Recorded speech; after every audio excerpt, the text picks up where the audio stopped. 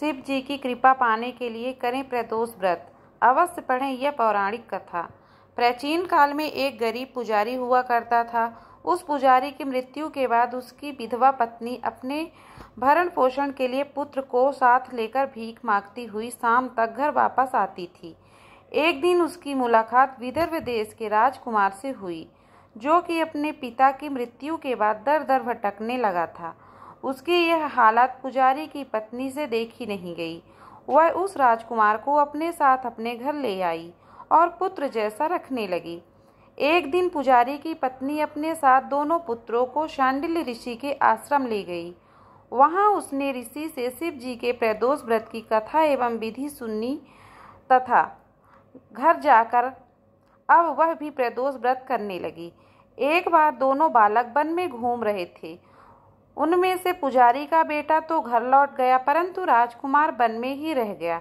उस राजकुमार ने गंधर्व कन्याओं को क्रीड़ा करते हुए देखा तो उससे बात करने लगा। उस कन्या का नाम अंशुमति था।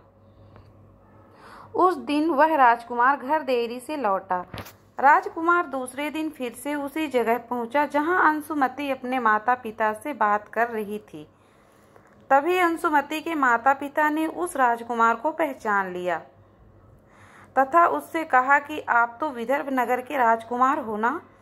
आपका नाम धर्मगुप्त है। एक दिन अंशुमति ने राजकुमार से इन सभी बातों के पीछे का कारण और रहस्य पूछा। तब राजकुमार ने अंशुमति को अपने जीवन की पूरी बात बताई और साथ ही प्रदोष व्रत का महत्व और व्रत से प्राप्त फल से भी अवगत कराया। उसी दिन से प्रदोष व्रत की प्रतिष्ठा व महत्व बढ़ गया तथा मान्यता अनुसार लोग यह व्रत करने लगे। कई जगहों पर अपनी श्रद्धा के अनुसार स्त्री पुरुष दोनों ही यह व्रत करते हैं। इस व्रत को करने से मनुष्य के सभी कष्ट और पाप नष्ट होते हैं एवं मनुष्य को अभीष्ट की प्राप्ति होती है।